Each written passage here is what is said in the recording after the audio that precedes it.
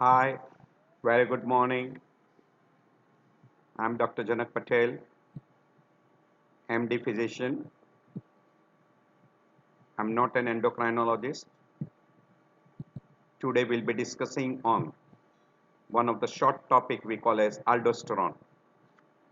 Part of that we have already discussed in RAS system.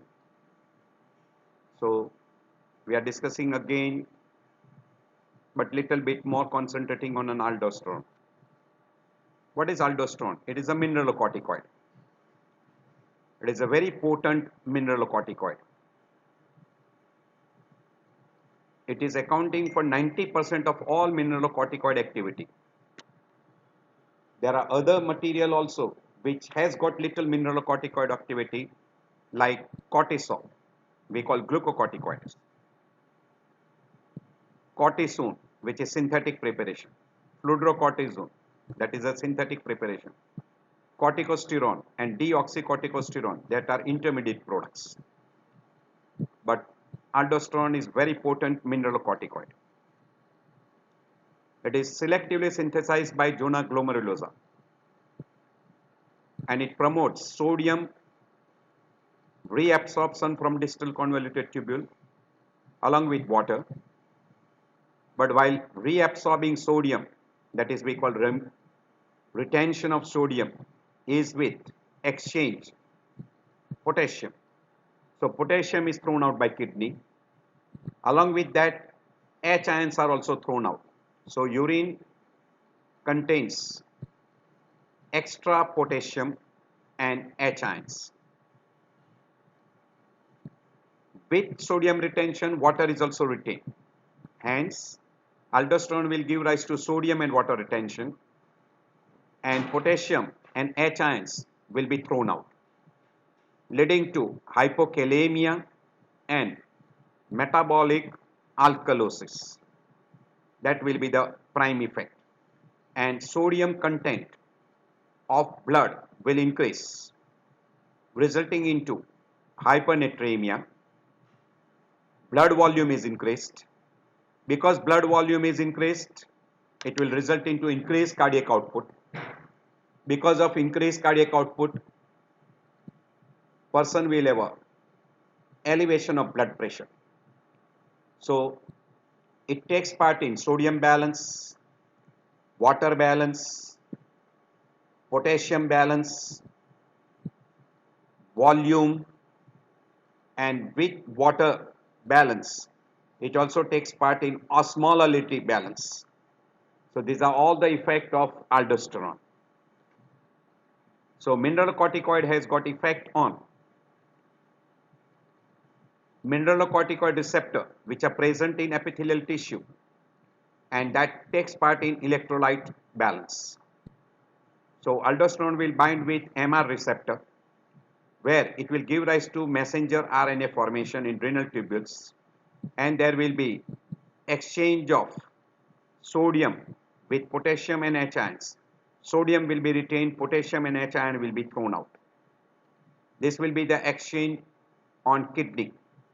Also it has got effect on colon, salivary gland and sweat glands. But main effect is on kidney, that is distal convoluted tubule.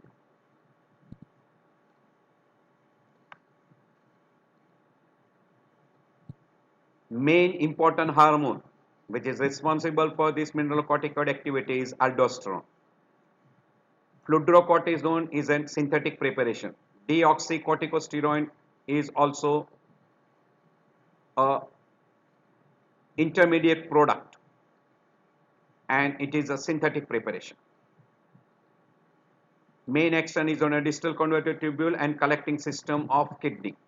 We have already told you reabsorption of sodium for an exchange of potassium and H ions. So sodium is retained, potassium and H ion is thrown out. Along with sodium, water is retained. So it takes part in maintenance of fluid, sodium, potassium balance. So it will result into mineralocorticoid deficiency, will result into loss of sodium, retention of potassium. So hyponatremia, hyperkalemia. Because H ion is also retained, for sodium being thrown out, so person will develop metabolic acidosis, and water will be thrown out, so volume depletion, and this will give rise to cardiovascular collapse, and that you come across in a person with Addison's disease, because Addison's disease is a combination of mineralocorticoid deficiency with glucocorticoid deficiency, and exchange will result into hypernatremia, potassium loss, so hypokalemia, H ion loss, so that will end up with a metabolic alkalosis, and along with sodium water is retained, so fluid retention, and volume is increased, so it will end up with increased cardiac output and hypertension, and exchange of aldosterone will further contribute to worsening of congestive heart failure. So this is that diagram which shows you how exactly the aldosterone acts. Aldosterone will combine with what we call as the aldosterone receptor, and after combining with aldosterone receptor, it will stimulate messenger RNA, which will activate the ATPase pump, sodium and potassium pump by ATPase, and that will allow potassium to be thrown out and sodium will be reabsorbed, and that is how it will be working. Increased vascular volume will have a negative feedback on renin, because blood pressure will be elevated, renin secretion will go down, and thus aldosterone formation also will go down, because renin via angiotensin 2 is acting on an adrenal cortex, that is zona glomerulosa, and releases aldosterone. So we already told you sodium reabsorption in exchange for potassium and H ions, ending up with metabolic alkalosis and hypokalemia. It increases the H ion secretions, and so finally ends with sodium retention, increase in extracellular fluid volume, and elevation of blood pressure with hypokalemia and metabolic alkalosis. So that is together. Same thing shown here, how exactly the aldosterone is released and how the aldosterone works on a kidney. Angiotensin 2 is acting directly also on peripheral artery, producing vasoconstriction, increasing peripheral vascular resistance, and helping in elevation of blood pressure. And also retention of water and sodium increases the blood volume, and by increasing the blood volume it elevates the blood pressure by increasing the cardiac output, and that elevation of blood pressure will inhibit the renin production, and that will be the mechanism by which the renin will be inhibited. Same thing shown here, aldosterone secretion acting on a distal convoluted tubule, sodium reabsorption, sodium and chloride reabsorption, potassium and H ion is thrown out, water is retained, and that will be the function. This is angiotensin 2, we are not interested in that part, yes.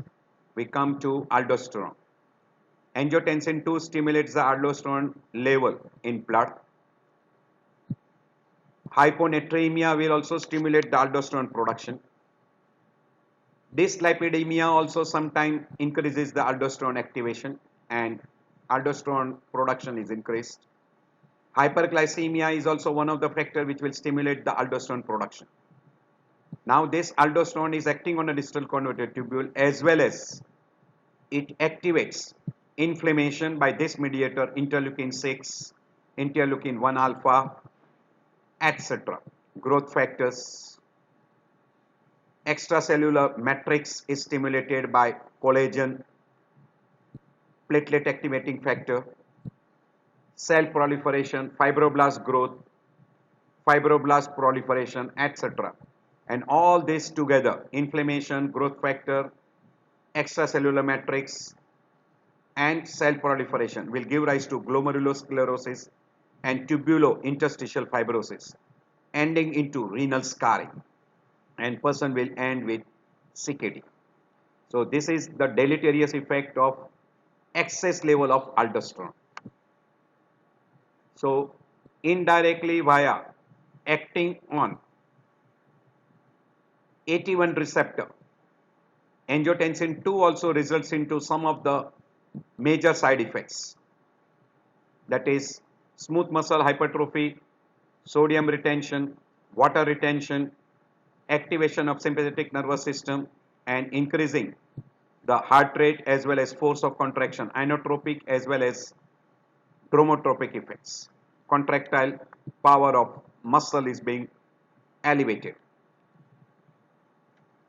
And angiotensin 2 via acting on angiotensin AT1 receptor, angiotensin 2 via acting on angiotensin 1 receptor, it accelerates atherosclerosis, vasoconstriction, vascular hypertrophy, endothelial dysfunction that will produce hypertension, LV hypertrophy, fibrosis, remodeling, apoptosis will result into cardiomyopathy, heart failure, and will end up with myocardial infarction.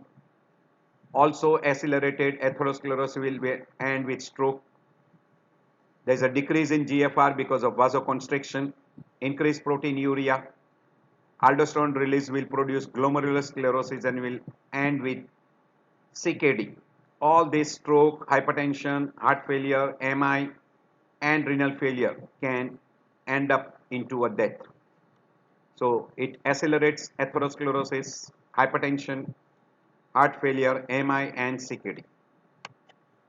So aldosterone has got effect on heart by producing LVH, and it also can end up with increased sympathetic activity, atrial flutter fibrillation. Because of fibrosis, remodeling, cardiomyopathy, heart failure will worsen out. And directly also aldosterone can produce peripheral vasoconstriction, increasing the vascular resistance and elevates the blood pressure. And this is one of the cause for resistant hypertension. And we have already told you, by acting on a renal tubules, hypernatremia, increase in blood volume, elevation of blood pressure, and exchange potassium. Potassium is thrown out, so hypokalemia, metabolic alkalosis will be additional results. So these are the together effect of aldosterone excess. Aldosterone secretion will be stimulated by hyponatremia, hyperkalemia. As far as the blood volume is concerned, decreased blood volume will indirectly, hypotension will indirectly stimulate renin production. So renin production will be elevated and that will increase your aldosterone production. Any stress will stimulate hypothalamus to release CRH, which will stimulate ACTH, and ACTH will stimulate adrenal cortex to release glucocorticoid as well as mineralocorticoid. And increased blood pressure and increased blood volume will release ANP because of stretching of the atrium, cardiac musculature. And this particular ANP has got inhibitory effect on adrenal cortex to inhibit the mineralocorticoid production. And this is one inhibitory, while stress, hypotension, fall of blood pressure, hypovolemia, hyponatremia, hyperkalemia are all stimulatory factors. These are all stimulatory factors. So by releasing of aldosterone, it will try to regulate sodium balance, potassium balance, water balance, that is volume, and blood pressure. So this will be the effect of aldosterone. So aldosterone will take part in many balance, potassium, sodium, water, etc. So aldosterone secretion will be increased by hyperkalemia, hyponatremia, some pituitary factors, any factor which increases ACTH level, hypovolemia, hypotension, any condition which increases the renin production and stimulates the renin-angiotensin cycle, stress. Also aldosterone secretion will increase in adrenal tumors which is secreting aldosterone we call as a primary hyperaldosteronism, Conn syndrome. In idiopathic adrenal hyperplasia, also the production is increased because of angiotensin 2 production, and also in case of metabolic acidosis, there will be increased aldosterone production. ANP is inhibitory. I have already explained you. So because of stretching of the atrial muscle, ANP production, it inhibits the renin secretions and decreases the zona glomerulosa to angiotensin 2, and thus there is no release of aldosterone. And because there is no release of aldosterone, there is no reabsorption of sodium, and as there is no reabsorption of sodium, water is also not reabsorbed. Sodium and water is thrown out, and that will give rise to loss of fluid, and thus the person will start developing fall of blood pressure and decrease in blood volume. And also ANP dilates the afferent arterioles of kidney, producing increase in GFR, and that will also increase the loss of water by kidney. So osmolality also plays some role in regulation of aldosterone.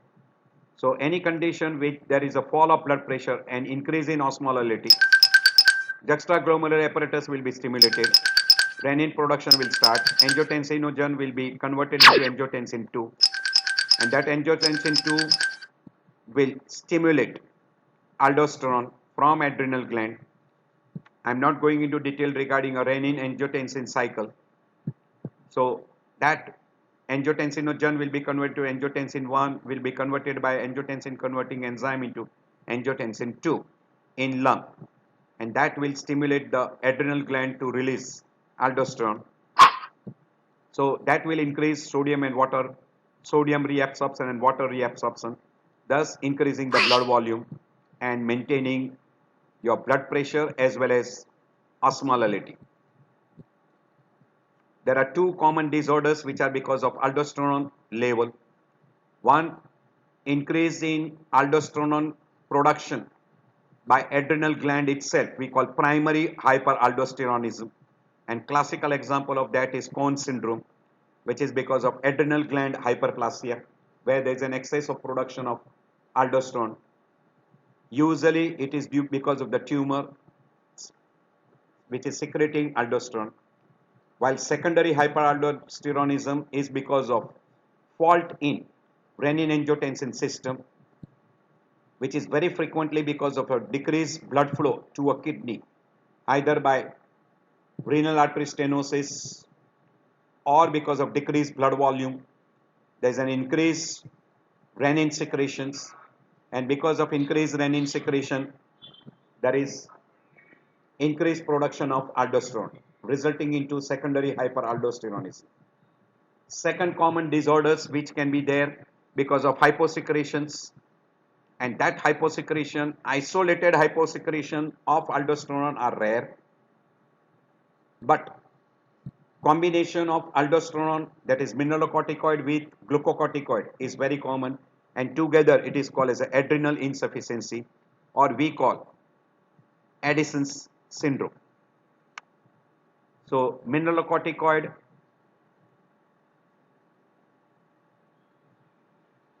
you will have a highest concentration at the time of awakening and lowest concentration when you are in sleep. This is diurnal fluctuation we call, and you can detect them in a blood as well as urinary sodium you can detect, and that will show you a fluctuation during these timings. For mineralocorticoid estimation, you can do a stimulation test which can be done by furosemide, or fludrocortisone test you can go for.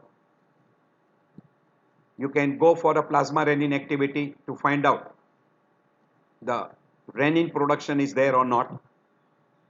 There is a renin which has increased, and that is giving rise to hyperaldosteronism, or it is without renin, so primary tumor of adrenal gland. In that, plasma renin activity will be low. So here I end my lecture on aldosterone. I hope this will be helpful to you.